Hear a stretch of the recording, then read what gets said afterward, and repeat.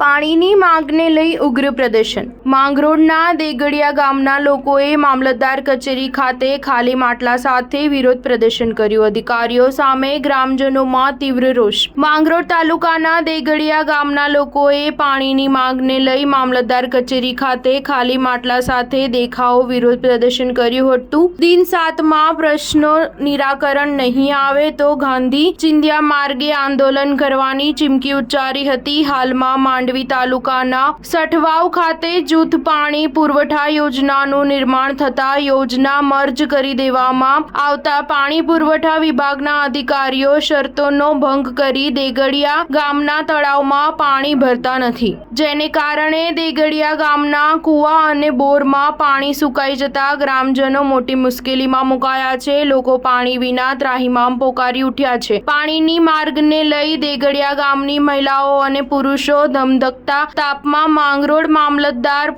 કચેરી ખાતે મોટી સંખ્યામાં આવી પહોંચ્યા હતા અને પાણીના ખાલી માટલા સાથે મામલતદાર કચેરી ખાતે પાણી આપો તળાવ ભરો ના સૂત્રોચ્ચાર કરી દેખાવો અને વિરોધ પ્રદર્શન કર્યું હતું। ત્યારબાદ ગામના આગેવાનો અતુલ પટેલ અને ભૂપેન્દ્ર ગામિતની આગેવાની હેઠળ માંગરોળના મામલતદાર પાર્થ જયસ્વાલને એક આવેદનપત્ર સુપ્રત કરાયું હતું, જેમાં દિન 7માં બોરસદ દેગડિયા જૂથ પાણી પુરવઠા યોજનાનું તળાવ પાણી પુરવઠા વિભાગ દ્વારા નહીં ભરવામાં આવે તો ગ્રામજનો ગાંધી ચિંધ્યા માર્ગે આંદોલન કરશે તેવી રજૂઆત કરવામાં આવી હતી। સ્ટાર ન્યૂઝ 7 હંમેશા સચ્ચાઈની સાથે।